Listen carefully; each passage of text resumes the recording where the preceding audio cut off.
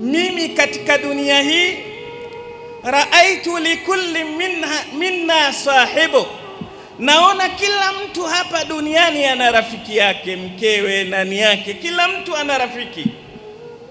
Walakinahu idha faraqa dunya, lakini anapoondoka duniani, anapokufa, marafiki wote humwacha peke yake.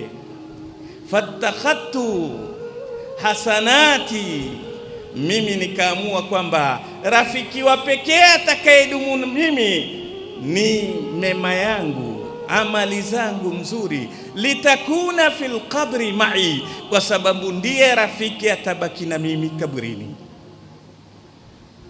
Lazima tukienda spidi, usiku unakuja unatukumbusha mauti. Ndio hata ukafundishwa namna ya kulala. Unavolala kisunna ni kama vile unavyoekwa katika lahdi, kama vile unavyoekwa katika mwanandani wa kaburi kwa mkono ubavu wa kulia. Na angalia Rasulullah kufundisha maneno ya kukuonyesha kwamba wewe umejikubali ni maiti. Allahumma inni aslamtu nafsi ilaik wa wajjahtu wajhi ilaik wa fawwadtu amri ilaik wa alja'tu dhahri ilaik la malja'a wa la manja minka illa ilaik. Amantu bikitabika alladhi anzalt wa binabiyyika alladhi arsalt. Ni wangapi uyasema maneno haya?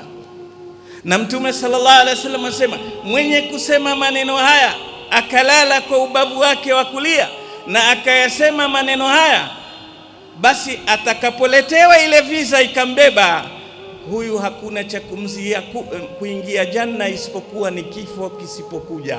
Lakini lau atakufa kwenye kulala hali hii, amekufa akiwa amesamehewa madhambi yake.